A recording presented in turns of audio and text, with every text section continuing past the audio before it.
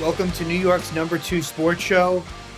Let's discuss the New York Yankees. Not really excited to do so, but there's definitely been a lot of news that's come out the last few days. The Brian Cashman press conference that finally happened just wrapped up. And wow, is this man completely stubborn and quite frankly, a bit unhinged at the moment. So Hal Steinbrenner spoke earlier today. There was not a whole lot that I really took out of that. Again, it just doesn't seem like really many changes are going to be made. That's just what it is. And again, this is not a surprise to me that not a whole lot is, Hal's upset, disappointed, as he should be. But Hal, you're the reason why Brian Cashman and company are still in place and still, have the jobs that they do. So, he has full control in what happens here, but in some ways it feels like Brian Cashman runs the organization. But don't want to talk too much about Hal, but also, again, he is a big part of the problem. And I think Yankee fans, there is a lot of disdain towards Hal Steinbrenner. There's a lot of hated owners in this town, and I think Hal is right up there. I really, really do, which... if we had brought this up 5 years ago, that really wouldn't have been the case. But now I think he's right up there, which is scary considering that there are a lot of bad owners around here. But I want to discuss a few things. We're going to talk Cashman first. We're going to discuss Carlos Mendoza becoming the Mets manager. So the Yankees bench coach Mendoza goes to the Mets, which was a little bit surprising, although Mendoza is someone that there's been interest in him as a manager in previous years. James Rowson is probably going to be the new hitting coach for the Yankees. He had been in the Yankee organization previously, so we'll touch on that. And then Anthony Volpe wins the Gold Glove. But Cashman is what I really want to discuss. And I kind of thought that this press conference would be as it had been, where, it's on the podium and that sort of style. Not that it matters, but this was more of a scrum of reporters. I believe he's in Arizona for the GM meetings, I think is what it was. The Hal Steinbrenner one, I think, was a Zoom call. But this one, Cashman, talk about doubling down. And the only hope that I have is that, he knows that he is somehow going to be bringing in, a Soto, a Yamamoto, that's... Because how he can come off so arrogant is insane. And we know that this is what Brian Cashman is like, but wow, he was cursing a bunch, just totally defensive. This guy's a joke. I'm sorry. Brian Cashman is a stubborn joke. He is. And as long as he's the general manager of this team, they're not going to get to the promised land. They are not. Could they stumble their way there with all the resources they have? And look, I guess that they could, if things totally break their way, right? We're not talking about a team that's one of the worst teams in baseball. They are not. But still, unless something drastically changes, I'm sorry, this is not going to be a World Series team. It's not. This division's only getting better. The American League as a whole is a really good league. Just look at the AL West. Look at what they've done. So, it was crazy. And so some of the things that Cashman talked about, pushed back on the notion that, the Yankees are an analytically driven team. Sure. The fans have a major problem when it comes to Yankee analytics. And look, I believe in analytics. I do. But are you looking at the right numbers? And what are you taking from that? And so he was very angry about the fact that, that the Yankees are such an analytically driven team. And maybe there's some truth there, that it is overblown. That's all we talk about. But still, again, for him to have this just arrogance is insane. What else? He says, I think we're pretty fucking good person. I'm proud of our people. How can you say that after this past season? It's one thing to think it, which is scary on its own, but to say it, man, you are public enemy number one. And, he's usually a lot more thought out and this. And, so a lot of this I think was intentional, but he was emotional. This just wasn't the tack to take. You got to just accept the fact that, hey, it hasn't. And look, he throws those comments in there that it's not good enough. It's all about wins and losses. But again, definitely, if you haven't checked it out yet, definitely, there's video, audio of this media scrum, and it's pretty scary. Then he kind of gets into it with Joel Sherman. Joel Sherman, I have a lot of respect for, who really, doesn't back down. And Cashman says that, he believes that he was victimized with trades that didn't work out, where they were trying to go for it, and they're going back and forth in the Frankie Montas trade. Look, that was a bad trade. And to say that, the medicals were totally clear, I'm pretty sure that Montas was dealing with a shoulder injury before that trade happened. Now, things got worse than ever anticipated, but that was a bad trade. Now, look, it's probably turning out that you didn't get rid of anything too consequential with Oakland. I like J.P. Sears, for example. Look, there was stuff there. And when it comes to Oakland, obviously that is one of the few organizations that's currently worse than the Yankees. So they may not perform there necessarily, but just it just didn't work out. And don't be surprised if Frankie Montas is back as a free agent. Again, doubling down. I would not bring Montas back. I don't care how much it costs. Let it go. Let it go. But don't be surprised when I'm back on here talking about the Yankees re-signing Frankie Montas. Cashman said he gets a kick out of people calling the Joey Gallo and Sonny Gray trades bad. They were bad. And his defense is, well, since Joey Gallo left, good teams have picked him up. Let's unpack that for a second. So he does get traded to the Dodgers for Clayton Beeter, who maybe will be something for the Yankees, but it wasn't a huge price to pay for the Dodgers, first off. And after Gallo was good for a hot second with the Dodgers and then sucked. He was awful there. And then the Twins picked him up. Whoop-de-doo. He wasn't even on the playoff roster because he was hurt, and I think he might have even been healthy. Joey Gallo has not really done shit. There were some moments with the Twins, but don't use that as an excuse. We're going to use the Minnesota Twins as the gold standard? Come on. Yes, they are a good team in a really bad division. That's crazy to me that he would say, he's been picked up. That was a blockbuster type deal where you traded away very decent players in the Gallo deal. Ezekiel Duran looks good. Josh Smith, he was on the postseason roster more as a pinch runner, but that was a trade that you look back on it was awful. That Joey Gallo trade was really, really bad. And then Sonny Gray gets brought up. Sonny Gray did not work out here. I don't care that, Sonny Gray, we know he's a good pitcher, but he was a total failure in New York. Just admit it.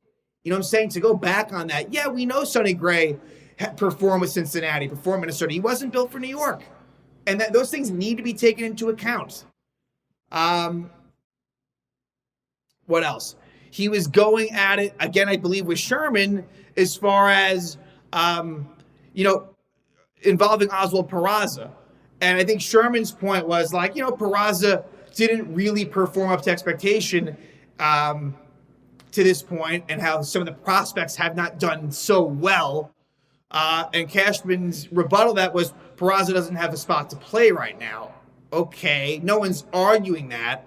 But if Peraza were, and again, I still want Peraza to work out. Don't get me wrong. But he had some opportunities and didn't really completely come through. And so Cashman just saying there's a surplus and how Peraza, even if he was almost saying even if he did do well, he wouldn't have a place to play. Well, that's a problem anyway. So he says that they need outfielders, preferably left-handed, which we know. And that is an absolute necessity.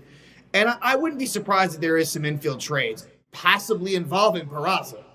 I would not be shocked if Oswald Peraza gets traded. I'm not sure if that's the right move, but it might happen. Just the way that it all feels. So yeah, he was talking up DJ LeMahieu, talking about Stanton in a way where he'll be back, and that should be the expectation, even though, I think if you can get that contract off your hands, you do it, but no one's going to take it, and there's no trade clause. So, Shohei Ohtani got brought up. I'm not going to get into that. I don't think that I don't believe that Ohtani will be a Yankee, so I'm not going to discuss that.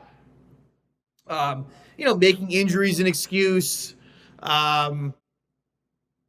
Yeah, but crazy the way that it was. I mean, I thought that he'd be a lot more measured and not apologetic, but more like, hey, like we got to do better. But yet, like within there's just so much defensiveness and making excuses. It's sickening. It is fucking sickening. Like this is probably out of all the teams I root for, definitely in terms of we'll go coach, we'll leave owners out of it, but in terms of head coach / manager or GMs, like Cashman's definitely the most hated, for sure. Shane and Dable, it has not been good this year, but I'm completely fine with running it back with them, absolutely, and not thinking twice. Drury and Laviolette, certainly I'm Laviolette, you got to feel good about right now.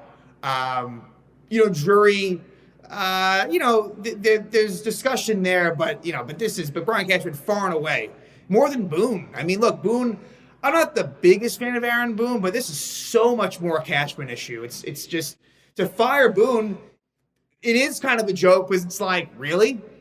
He's just following what fucking Cashman says. Like, that's just what it is. So that's that. I wanted to just get that off my chest because, again, Cashman, total joke. Total joke. And it's too bad that, it just sucks that he's going to be here for the foreseeable future. Let's just be honest. Things would have to go very, very bad. And is that possible? Maybe. But again, with the salary, just the way it is, it's hard for the Yankees to ever totally bottom out. But hey, if he continues on this path, you never know. So Carlos Mendoza becomes the Met manager, which, he was definitely a backup plan for them. Mendoza, look, the Yankees have had coaches that have been highly regarded. I mean, look, Phil Nevin became the Angel manager on an interim basis this past season. I believe he was since let go. Pretty sure. But not even him. Joe Espada, who is, an Astro, I guess he's currently an Astro bench coach. Like, that is someone that was with the Yankees that might become a manager. So I guess credit is deserved there that there are bright minds on the Yankee coaching staff that are seen. Again, I don't love them. I mean, I'm not going to talk about the Mets, but, don't love that hiring from their perspective. But, hey, in this day and age, it's not all about, the managers, they just don't have as much of a say. But then again, you look at Bruce Bochy, who won the World Series with Texas, like, I believe that he probably does have a pretty big, like, if you can get your hands on a manager like that, I think you still want to. And I think we've gone far away from that, where GMs, they really kind of run the show. So Mendoza gone. So that leaves an open spot for the bench coach. There's some interesting names out there that we'll see who that person is. David Ross, for example, like he was just fired by the Cubs as Craig Counsell becomes the Cub manager. Like, would David Ross be interested in, he's friendly with Aaron Boone. Like, I don't know, though. I'm not sure if that's something he'd be interested in. So, there's other interesting, I feel like it's going to be more of a lesser named person. That's just Buck Showalter, I doubt it. I just, for many reasons, I doubt that he'd be the bench coach. I would be all for it. I really would be, but I don't think he would be. And I'm not even sure if that would be offered to him. So there's an open spot there. Mendoza became the bench coach in 2020 after having been on the staff as an infield coach for the first couple years under Boone. And then once Josh Bard was let go, Mendoza became the bench coach for the past 4 seasons. So wish him well. He was with the Yankee organization for a long, long time. I think about 15 years. So he paid his dues and now he's off to the Mets. So there's that. Then James Rowson will become the new hitting coach in all likelihood. Nothing's official there yet. And he also has Yankee ties as well. He was actually in the Yankee system as a player in the mid-90s.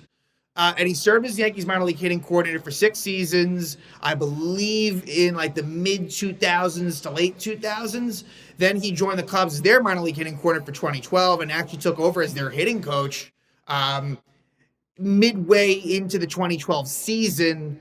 And then after 2013, rejoined the Yankees organization as their minor league hitting coordinator, where I believe he linked up with Aaron Judge. I believe there's a pre-existing relationship there, which, if that is true, that's encouraging. Again, I want Judge to have a lot of say in this. Does he know everything? Of course not. But If that's one of his guys, then you have to be okay with that. Do I love that? Like, there are Yankee ties? To be quite honest with you, not really. And I should mention, because I haven't mentioned this on the channel yet, Sean Casey will not return as hitting coach. And I'm not sure. It doesn't sound like he was let go. He said it was family reasons. So I'm not 100% sure. It sounds like it was more of a Casey decision. Could it have been a mutual parting of ways? Possibly. But Rowson, so he was, with the Yankees organization again from about 2014 through 16. And then he was hired as the Twins hitting coach from 17 to 19. And that's kind of impressive because in 19, if you remember, the Twins had a really good offense. Now, the Yankees beat them in the playoffs, as usually has happened, always happens. But he then leaves the Twins to go to the Marlins to become their bench coach in 2020. He serves in that role through 2022, and then he becomes the assistant hitting coach. I guess he must have, I'm not sure if he was let go by the Marlins, but then last season, he was the assistant hitting coach with the Tigers. So he's bounced around a bunch, has been with the Yankees, again, a lot of, deeply rooted into this organization. It sounds like he will become the hitting coach. Not going to make a huge deal about this, but, definitely wanted to pass it along, and seems like that'll become official. And then lastly, congratulations to Anthony Volpe. He becomes the first Yankee rookie to win the Gold Glove. And hey, Aaron Boone was very confident, that he would win it. I think he was quoted, as saying that, Volpe, he basically almost guaranteed that he would win the Gold Glove. And the finalists, I believe, were Corey Seager and Carlos Correa. So, pretty impressive company that Volpe won. I would think that a stronger crop of shortstops than Volpe wouldn't have won. He was really good. I never thought it was Gold Glove level, but hey, the point there is that is a really good sign, for a rookie shortstop, one who, wasn't seen as a defensive wizard, and I wouldn't even have called, he made a lot of, the short plays. He did a good job there. I thought that his offensive season was not very good, even though, of course, you had the home runs, you had the stolen bases, but, more defensively was really strong. And, hey, to win a Gold Glove, which, that award for me has kind of lost some of its luster over the years. For example, Anthony Rizzo was a finalist. He didn't at first base. He didn't win, and he shouldn't have won. He played like maybe a little more than half the season. So we know how good Rizzo is defensively. It's not about that, but he didn't play the last 2 months of the season. So again, I guess it just speaks to the lack of good American League first basemen, right? So I don't mean to talk down on Volpe or Rizzo in this situation, but again, for Volpe as a rookie to do it is the key here, becoming the first Yankee rookie to ever win the Gold Glove. Of course, in the long history of the franchise, that is impressive. So for Volpe, really hope he works on that, on the offense, and hopefully Rowson can help him, just become a little bit more versatile and not so, home run happy and all or nothing. So, and as a team, I hope that's the focus, where, it's more of a, look, you saw what Texas did. That's a good hitting team. Can they hit for power? Of course they can. But that's a team that had one of the highest batting averages in baseball. I think probably the highest in the American League, for sure. I know the Braves had a good one, but Texas was a great hitting team any way you looked at it. So probably going to be some more news to come in the coming weeks and months with the Yankees. Brian Cashman, wow, what a joke. What a joke.